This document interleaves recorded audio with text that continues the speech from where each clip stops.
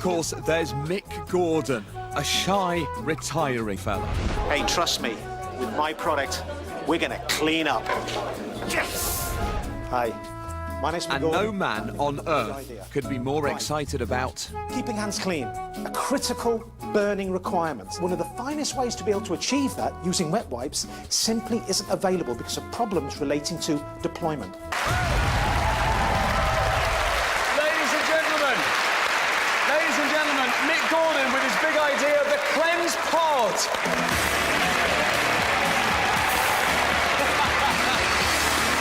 All right then, Mick.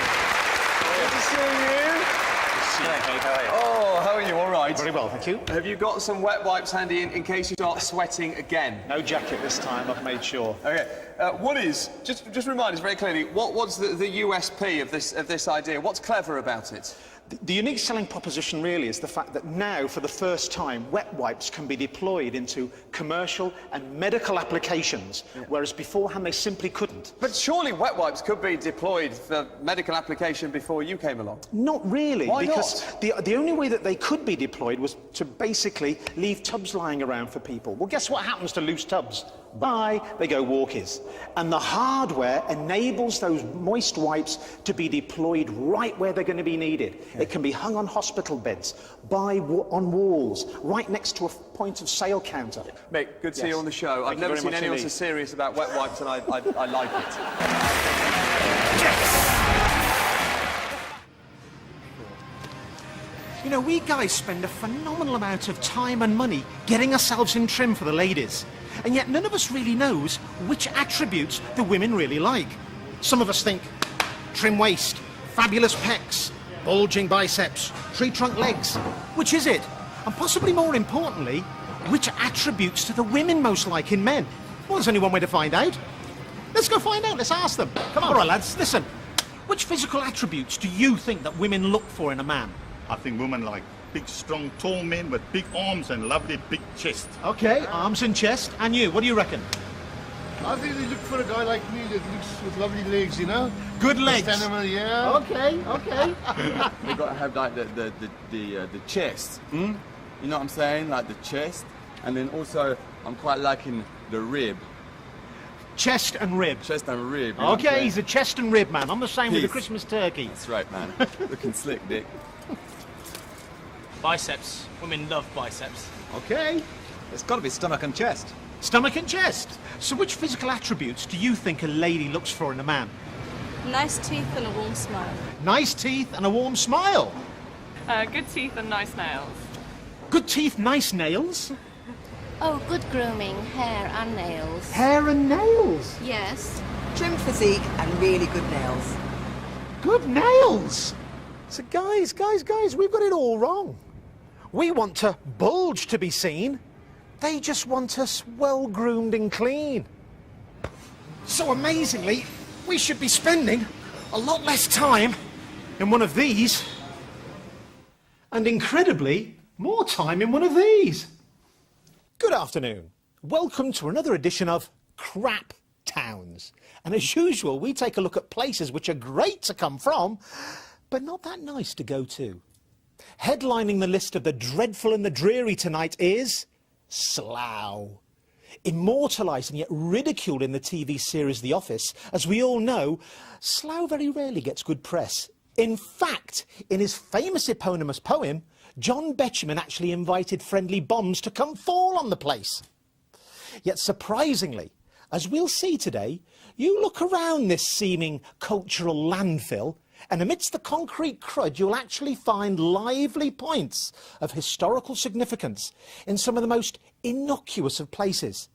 Stay tuned, and we'll find out. Good afternoon, and welcome to the Road to Excess. You know, inventors are curious folk, aren't they? They're absent-minded, Austrian-accented boffins wearing white lab coats. They sport wild, unkept hairdos and grubby fingernails. Or do they? We're here today at the British Invention Show at Alexandra Palace, and we're going to be meeting some of these people and reviewing the products that they're raining down on us. And we're going to be asking a very important question. Are their inventions eccentric tosh, or could they make serious dosh? So come on, let's go find out. Good afternoon. Welcome to New Ideas. This afternoon we're going to be showcasing a lovely new invention which could actually help save children's lives. How is it going to do it? Well, this is it. It's a lunchbox, which when the child holds it, as you can see, it illuminates. Perfect for those dark morning walks to school, especially if it involves crossing roads. And I'm very lucky today to have the inventor with me, Torty. Welcome, Torty. Thank you, Mick. Lovely invention. What was the inspiration behind it? Well, it's a great idea, definitely. And it's got commercial legs as well. Because I did notice that the other day you got £150,000 on Dragon's Den. What a result.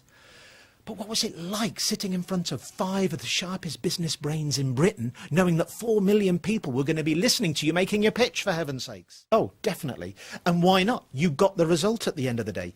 And he's not just bringing money to the party, is he? He's bringing his expertise. Mothercare, perfect forum for your product. You're going to be able to make a lot of money doing it, we hope. But what was it like having to give up 40% of your company in order to secure his services and his investment? I mean, that's your baby, your company. You're giving up 40%. Oh, wow. So you actually came out better on the deal. 10% better. That's excellent. In other words, what you're saying is, I'd rather have 60% of something rather than 40% of nothing. Yeah, absolutely. Excellent idea. I don't blame you. Makes a lot of business sense. We wish you every success with your product. We're very glad you're introducing it to the market. As a concerned parent myself, I'm extremely pleased. Well done. All the best, and thank you for coming here. Thank you. And thank you very much for joining us. Please come back to us after the break. Good afternoon.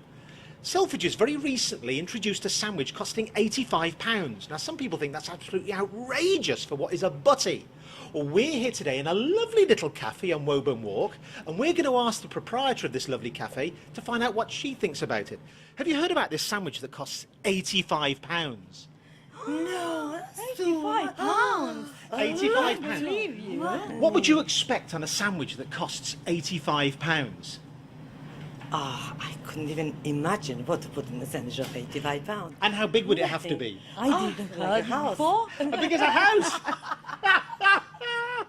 An £85 sarnie. What would you expect on a sandwich that costs £85? Well, it'd have to be a jewel of some sort, but pearls, big ones. Big pearls? So forget about the oysters, slang in the pearls. Well, there you go.